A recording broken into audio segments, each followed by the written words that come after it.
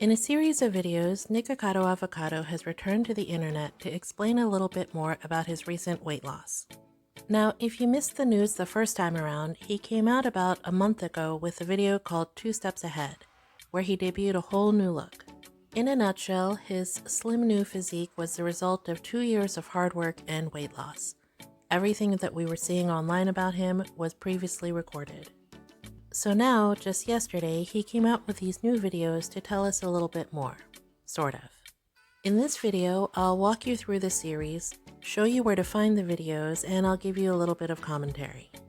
One interesting thing about the way these videos were put out is that they appear on different channels. So in a way, Nick is being very strategic and maximizing his earning potential. The first video on his main channel, Nikocado Avocado, is called How I Fooled the Internet. It starts off with a pretty interesting montage of different clips foreshadowing the weight loss. It then transitions into a product review of the Chicken Big Mac available at McDonald's right now, so you can tell that it's in real time. This video generally lays out the concept for the videos to come. This was actually supposed to be just a review. It's not like a big old mukbang, because I had that montage at the beginning. Whew. But that's the truth about my life, about this whole thing.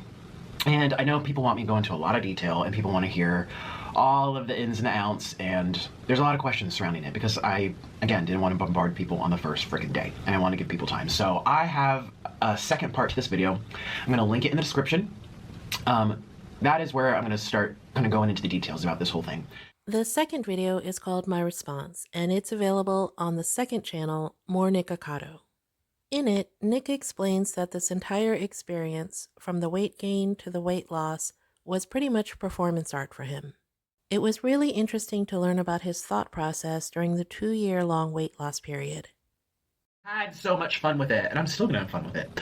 But yeah, it was an experience for me as well as you guys to see this reveal, because I was getting skinny watching people call me fat for over 2 years. It was actually over 2 years.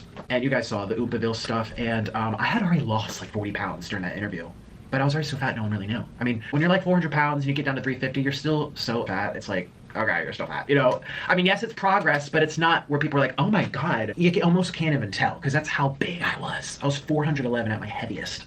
The third video in the series is called Reacting to Meat Canyon, and it's available on Nikocado Avocado 3.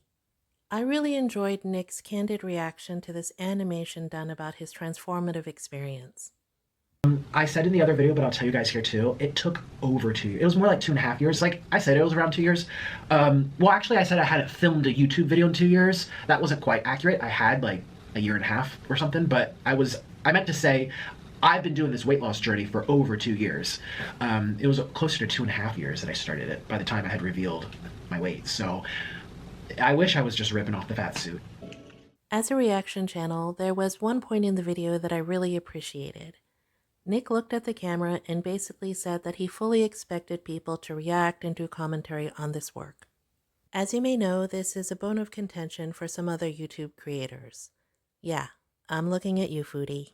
If you're poking fun at my weight, why would I take offense to you talking about something I did? Why would I get offended by you talking or reacting or giving commentary on something that I put out there first of my own body? Most times I acted offended on the internet. It was for dramatic, it was for comedic relief. You can't say poor me, people are talking about my weight. If you grab a camera, film your weight, and upload it to the World Wide Web.